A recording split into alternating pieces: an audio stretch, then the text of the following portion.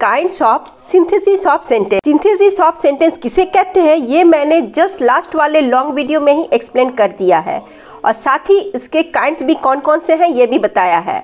सो आप अगर चाहो तो वीडियो को देख सकते हो, लिंक मैंने आपके कन्वीनियंस के लिए इस वीडियो के शुरुआत में ही आई बटन में डाल दिया है। So tap the I button and watch the video. और आज हम जानेंगे इसके काइंड्स के बारे में। तो चलो मेन पॉइंट पर आते हैं।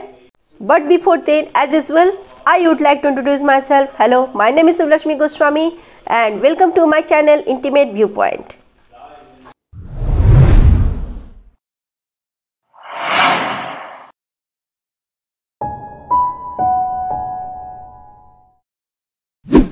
सिंथेसिस ऑफ सेंटेंस के 4 काइंड्स हैं: cumulative, adversative, alternative and illative.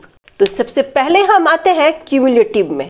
और हाँ, इससे जुड़ी एक और इम्पॉर्टेंट पॉइंट नोट कर लो, ये चारों ही कोऑर्डिनेटिंग कंजंक्शंस के टाइप्स हैं।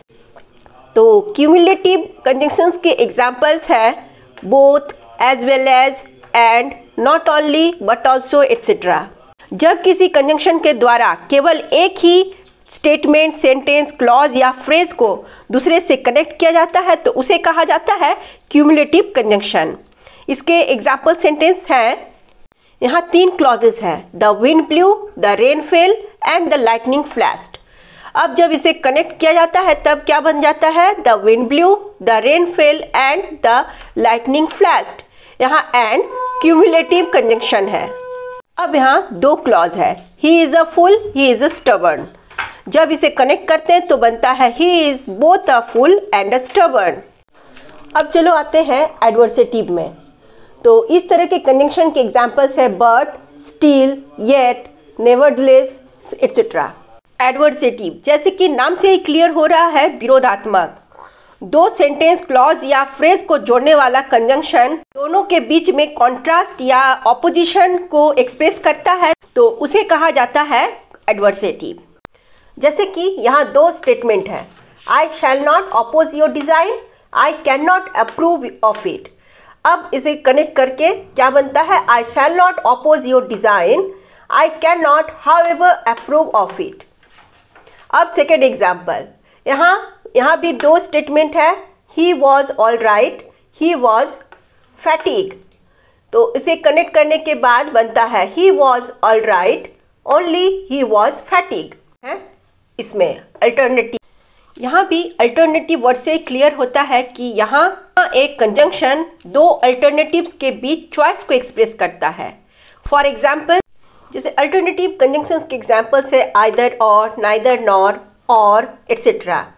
अब सेंटेंस में जैसे यहाँ 2 क्लॉज है, कम इन, गो आउट। अब इसे कनेक्ट करके आइदर कम इन और गो आउट। अब यहाँ सेकेंड वाले में भी 2 क्लॉज है, make haste, you will be late. अब कनेक्ट करने के बाद मेक हेस्ट और यू विल बी लेट।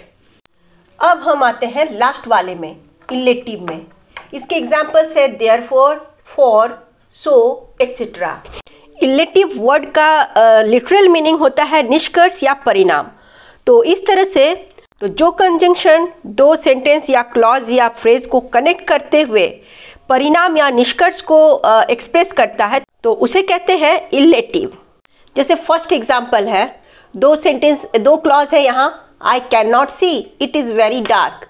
अब कनेक्ट करके ये बनता है I can not see for it is very dark. Second वाले में भी 2 क्लॉज है, he was obstinate, he was punished. तो इसे कनेक्ट करने के बाद ये बनता है he was obstinate, therefore he was punished. तो इसी के साथ ही kinds of synthesis of sentence की जानकारी यहाँ खत्म होती है। आई थिंक ये आपको अच्छी तरह से समझ में आ चुका है, right? Then let's meet again in the next video. Till then, bye.